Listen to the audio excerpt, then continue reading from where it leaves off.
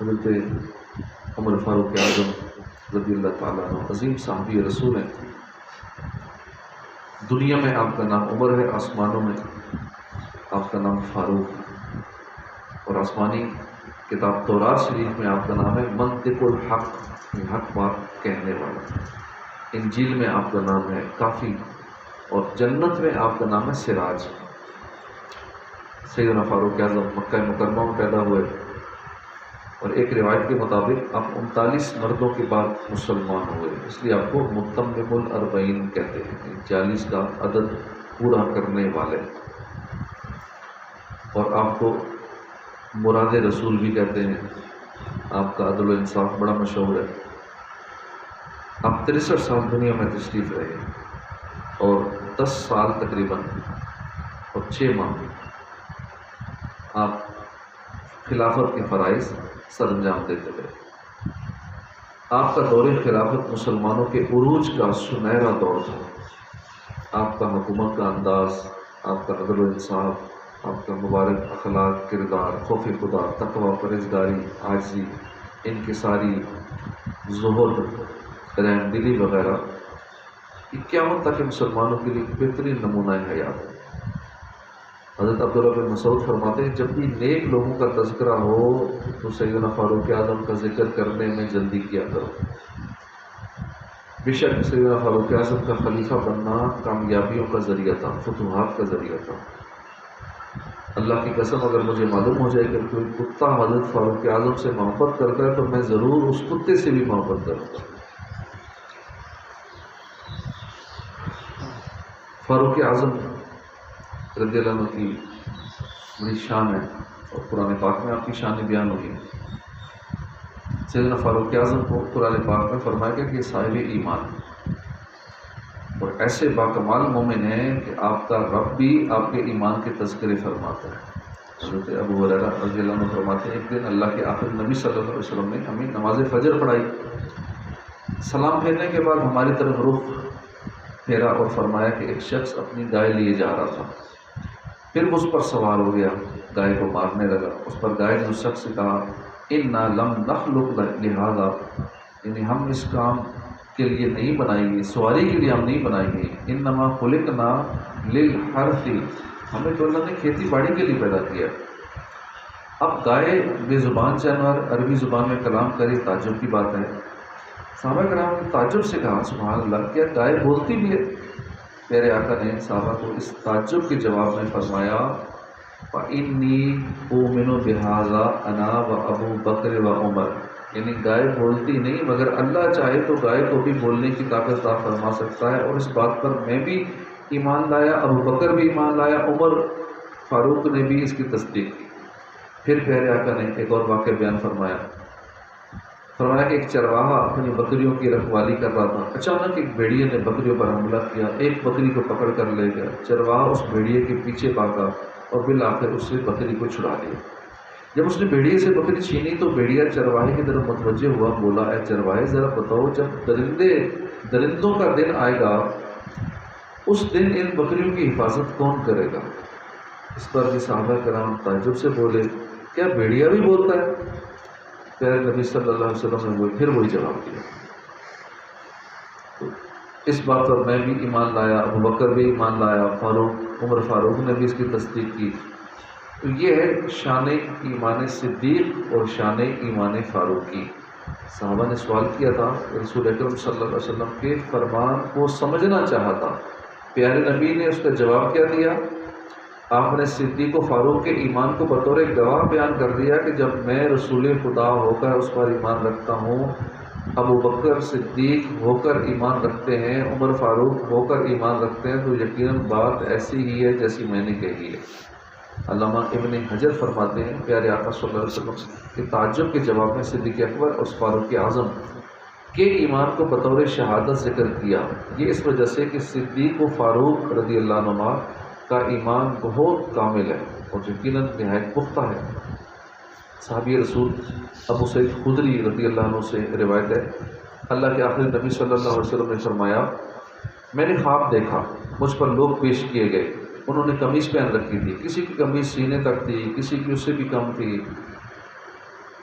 ایک روایت میں ہے کسی کی قمیص سینے تک تھی، کسی کی ناف تک تھی، کسی کی گھٹنوں تک تھی، کسی کی آدھی پنڈلی تک تھی۔ پھر مجھے فاروق اعظم دکھائے گئے، ان کی قمیص ان کے پاؤں سے بھی نیچے تھی کہ چلنے میں گھسٹ رہی تھی۔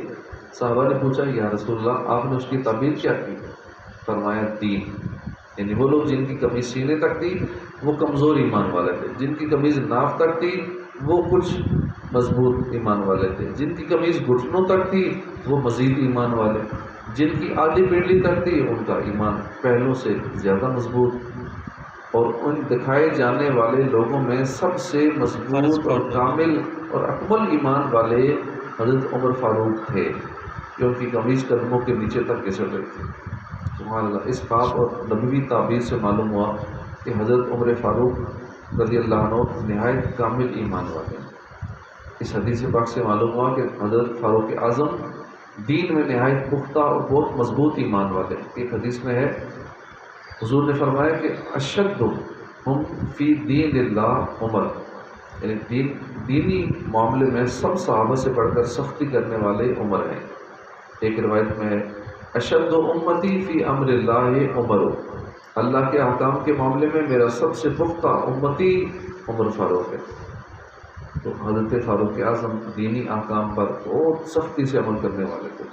ویسے تو سب صحابہ ہی دینی معاملات میں دین میں مضبوطی سے عمل کرنے والے، مگر حضرت عمر فاروق اعظم کی یہ مضبوطی اور پختگی اس حد تک پہنچ گئی کہ یہ اپنی خصوصیت بن گئی، یہاں تک کہ حضور داتا گنج بخش علی حجویری فرماتے ہیں صوفیاء کرام دین کے معاملے میں بہت سخت ہوتے ہیں، مثلا فرائض واجبات تو بہت دور کی بات ہے، مستحبات یعنی وہ کام جن کے چھوڑنے میں گناہ نہیں ہے ان کو بھی نہیں چھوڑتے، ان پر بھی مضبوطی سے استقامت کے ساتھ عمل پیرا رہتے ہیں۔ صوفیاء کرام نے دین میں یوں سخت ہونا حضرت فاروق اعظم ہی سے سیکھا ہے۔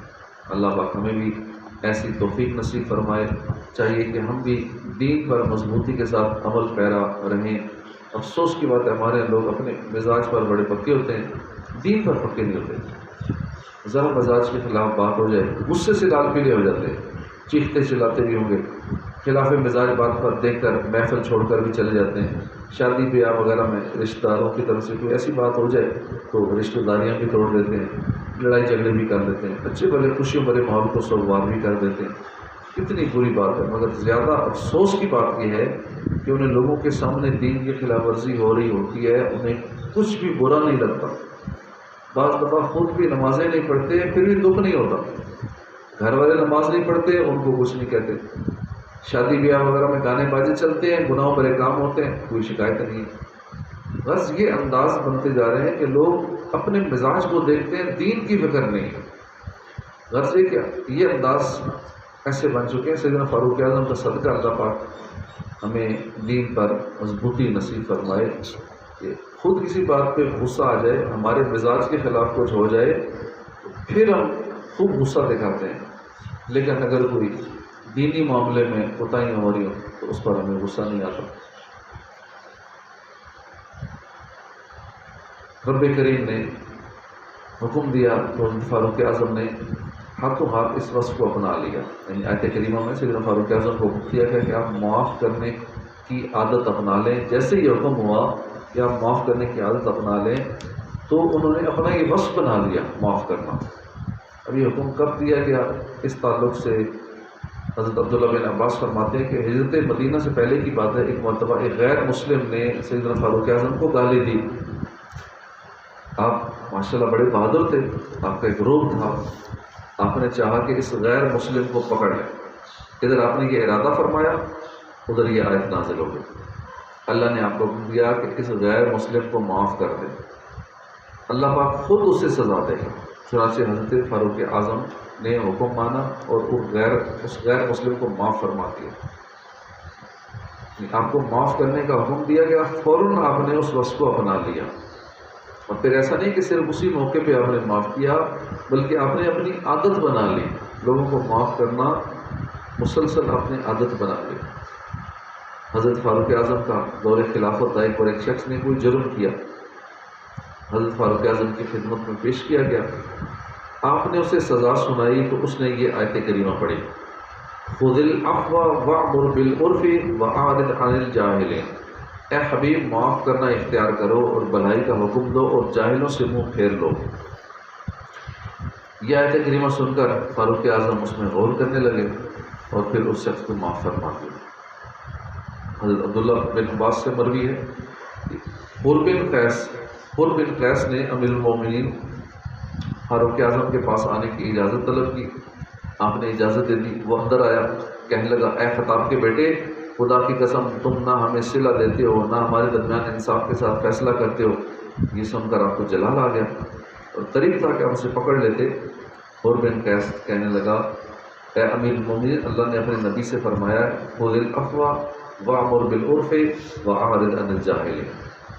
حر کا یہ کہنا تھا کہ آپ وہیں رک گئے اور آپ کی عادت مبارک تھی کہ کتاب اللہ کی بات سن کر ٹھہر جاتے تھے۔ اس میں ہمارے لیے سبق ہے کہ ہمیں معاف کرنے کی عادت اپنانی چاہیے۔ حالات بے قابو ہیں، برداشت ہمارے معاشرے میں کم نہیں رہ گئی ہے۔ ذرا سی بات پہ جھگڑے ہوتے ہیں، ہاتھا پائی ہوتی ہے، پہلے لفظہ پائی ہوتی ہے، یعنی گالی گلوچ وغیرہ تانے دینا، اس کے بعد پھر ہاتھا پائی تک بات پہنچتی ہے، پھر قتل و غارت گری تک بات پہنچتی ہے۔ ایک بار شیطان اپنے چیلوں کی تربیت کر رہا تھا، وہ چیلوں کو لے کر ایک حلوائی کی دکان پر پہنچا۔ اس نے جو شیرہ بنا رکھا تھا اس میں ایک انگلی لگائی اور ذرا سا قطرہ دیوار پر لگا دیا۔ حلوائی کے شیرے میں انگلی ڈال کے دیوار پہ قطرہ لگا دیا۔ اس قطرے پر مکھی آئی، اب قریب چھپکلی تھی، چھپکلی نے مکھی پہ حملہ کیا۔ اب حلوائی کی بلی یہ دیکھ رہی تھی، اس بلی نے چھپکلی پہ حملہ کر دیا۔ اب ساتھ کی دکان والے کا کتا یہ سب دیکھ رہا تھا، کتے نے بلی پر حملہ کر دیا، کتے نے بلی کو مار دیا۔ اب حلوائی کو غصہ آیا، اس نے کتے کو مار دیا۔ ساتھ کی دکان والے کو غصہ آیا، اس نے حلوائی کو مار دیا۔ یوں کرتے کرتے شیطان کی ذرا سی حرکت سے کئی قتل ہو گئے۔ تو یہ ہمارے معاشرے کی حالت ہے، برداشت بالکل ختم ہو رہی ہے، معاف کر دینے کا تو ذہن لگتا ہے کہ بالکل رہا ہی نہیں ہے۔ ذرا سی بات پر آپس سے باہر ہو جاتے ہیں، رشتے توڑ دیتے ہیں، غصے سے لال پیلے ہو جاتے ہیں، اکڑ دکھاتے ہیں، بعض دفعہ ظلم و زیادتی بھی کر لیتے ہیں۔ تو ہمیں معاف کرنے کی عادت اپنانی چاہیے، اور کوئی ہمیں اگر ہماری اصلاح کرے تو بجائے غصے کے شکریہ ادا کرنا چاہیے کہ کوئی ہماری غلطیاں پوائنٹ آؤٹ کر رہا ہے۔ بلکہ اللہ والوں نے اپنے لیے باقاعدہ بندے رکھے تھے کہ ان کو فل اختیار تھا کہ کوئی غلطی دیکھے ہمارے اندر تو ہمیں سختی سے تنبیہ کریں۔ تو ہمیں باقاعدہ دوسروں کو کہنا چاہیے کہ میرے اندر غلطی دیکھیں تو مجھے کھل کے بتائیں۔ اور لوگ بتاتے نہیں، اس لیے کہ کہتے ہیں بتائیں گے غصہ کرے گا، مائنڈ کر جائے گا، ناراض ہو جائے گا۔ تو یوں لوگ ہمیں ہماری غلطیاں بتاتے نہیں ہیں، جس کا نقصان یہ ہوتا ہے کہ ہماری وہ غلطیاں پکی ہوتی چلی جاتی ہیں، ہماری غلطیاں بڑھتی چلی جاتی ہیں اور نقصان ہمارا اپنا ہی ہوتا ہے۔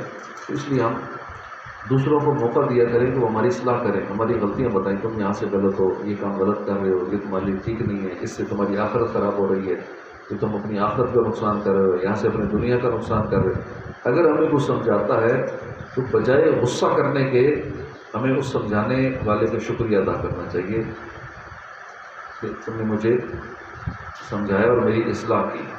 تو اللہ پاک ہماری توفیق عطا فرمائے، آمین بجاہ نبی الامین صلی اللہ علیہ وآلہ وسلم۔